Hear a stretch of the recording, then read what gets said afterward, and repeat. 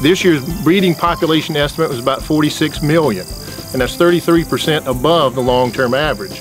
A couple of species of note, canvasbacks were 37% above long-term average, and that's led to a bag limit increase for Georgia's hunters this year. So rather than one canvasback, this year we'll be able to take 2. Scaup, however, we're down about 27% from last year, and that's led to a decrease in the bag limit for scaup from 4 down to 2.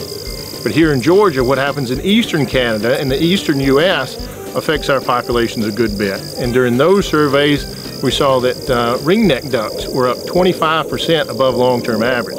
So I think Georgia's diving duck hunters, especially the ringneck hunters, should be really satisfied this year.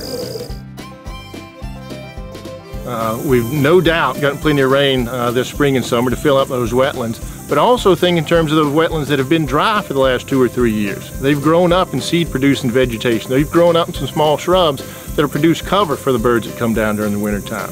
So if we can take all that seed-producing plants that are in those isolated wetlands and beaver ponds, put water on them, now they're all full after summer full of rainfall, we've got some excellent habitat for migrating and wintering waterfowl that are coming down this winter. We've also had really good brood rearing habitat for our local wood ducks over the summer. So I suspect we're going to have really good wood duck reproduction, really good brood survivals. So if we can just get a little cool weather to our north and bring some of those birds down here, I think our Georgia duck hunters will be pleased this year. For the youth hunters, if you're looking to get out, some good quota areas there. The Rum Creek Wildlife Management Area has the Ducks Unlimited Marsh Project, which is right behind me in the background you'll see, and the Cordele Hatchery. Both of those are excellent habitat. I've been to both of them in the wintertime. I've seen the birds that are there. Great youth opportunities for that one. For a hunter who's just looking for a place to go, may not have gotten picked for the quota, a sleeper site, I'll call it, may be Horse Creek WMA. There are 2 green tree reservoirs there. If they're both flooded, maybe 140, 150 acres worth of shin deep oak trees that are flooded.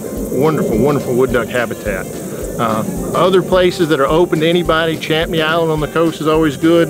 Rhetts Island is good if you've got a boat and know something about the local tide.